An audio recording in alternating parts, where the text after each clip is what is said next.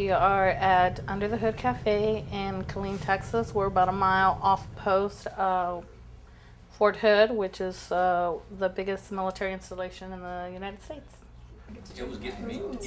I'm hoping for 7. We opened the coffee house, so it would be a place for our soldiers to come and unwind, talk to each other, just de-stress, get away from post and command, and just be able to talk about issues they're having, whether it's, family problems, command problems, or anything like that, medical problems. There are a few of us that don't, well, there's a lot of us that don't agree with the war, but some family members feel that they don't want to speak out, or they feel their husbands are gonna, there's gonna be retaliation against their husbands and stuff, and many soldiers feel the same way. So with the coffee house, it was somewhere where we could come, get together, talk about it, help each other, just here, listening to them, listening to their stories, or actually getting them, referrals for counseling off post, legal advice, things like that. I heard this place opened up when I was in Iraq. I remember when it opened up. And I was like, oh, that seems like a pretty cool place, but I didn't see myself living here like I do every single day. But yeah, I knew I was gonna speak out against the war and say what I believed in. Usually they just come in and if they heard word of mouth, they'll be like, someone told me I can come and get help here. And we're like, okay, what do you need? What do you want us to do? And they'll come and they'll say, well, I've been trying to get medical treatment. They don't want to diagnose me. They'll bring in medical records so we can see them and try to figure out the best course of action for them. I went to mental health in Iraq because I was having some problems. Even before that, I went to my chain of command. I was like, look, I'm having some problems. I need some help. And they're like, oh, this isn't really a war. Don't worry, I'll pass. So I was not new to the Army, but, I was new to war. I was like, okay, let's just see what happens. Maybe I'll pass. Maybe it's just because of shock of being here. Didn't pass. When my platoon came back, everyone knew about what was going on and stuff with me. And then the next day, before the next mission, I was called out in front of my entire platoon and was made example of, saying, why are you going to mental health? Because this isn't really a war, this isn't bad, whatever. So, on that mission, I actually, I was taking Zoloft, and I'm thinking I had the opposite reaction and became suicidal on the mission. And I had 3 loaded weapons sitting right next to me. Could have done it real easily, but my buddy knew I was having a bad time and he talked to me, so he talked me down. Society has this image of a man, or especially of a soldier. He's strong, he's fearless, he does his job and just moves on. We are human too, we do have emotions. They want you to be that guy, they want you to be the model soldier. If you're sitting there saying, yeah, I don't agree with this war that we're in, you're not that soldier, you know what I mean? I already know the Army's not a career for me. It can't be. So I say it, but people are like, oh. They'll tell me off the side, yeah.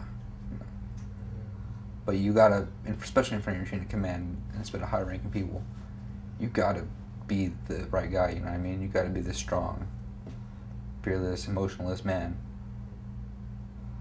When in fact, we're all not. We get hit with something. We get hit with an IED, okay? What we did was we shot anything and everything,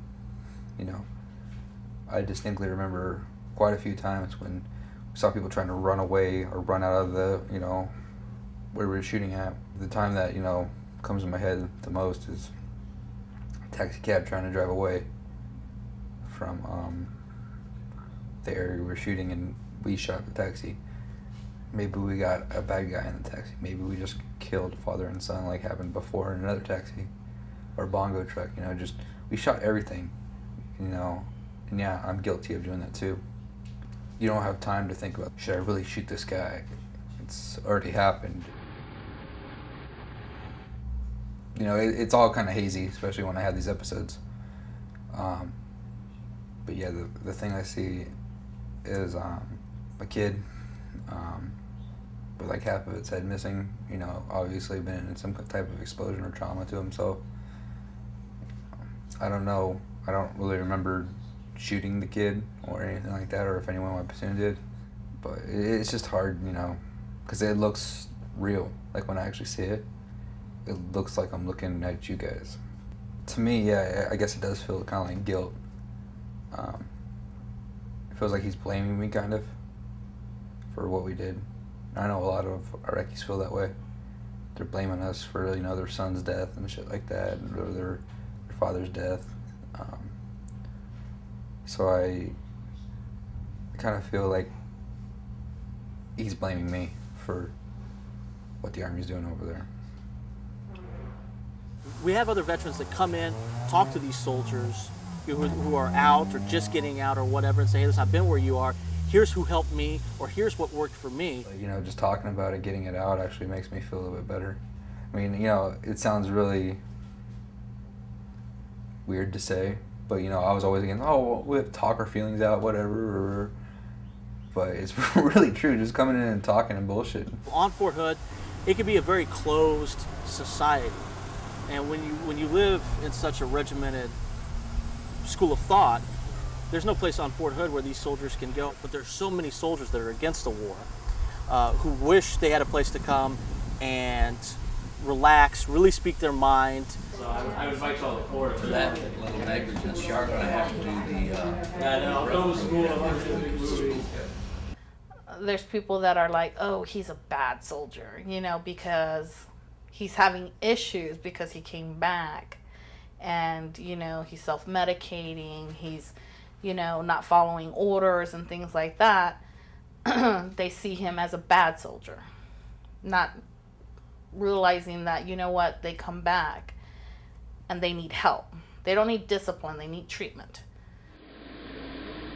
The Army has to do budget cuts.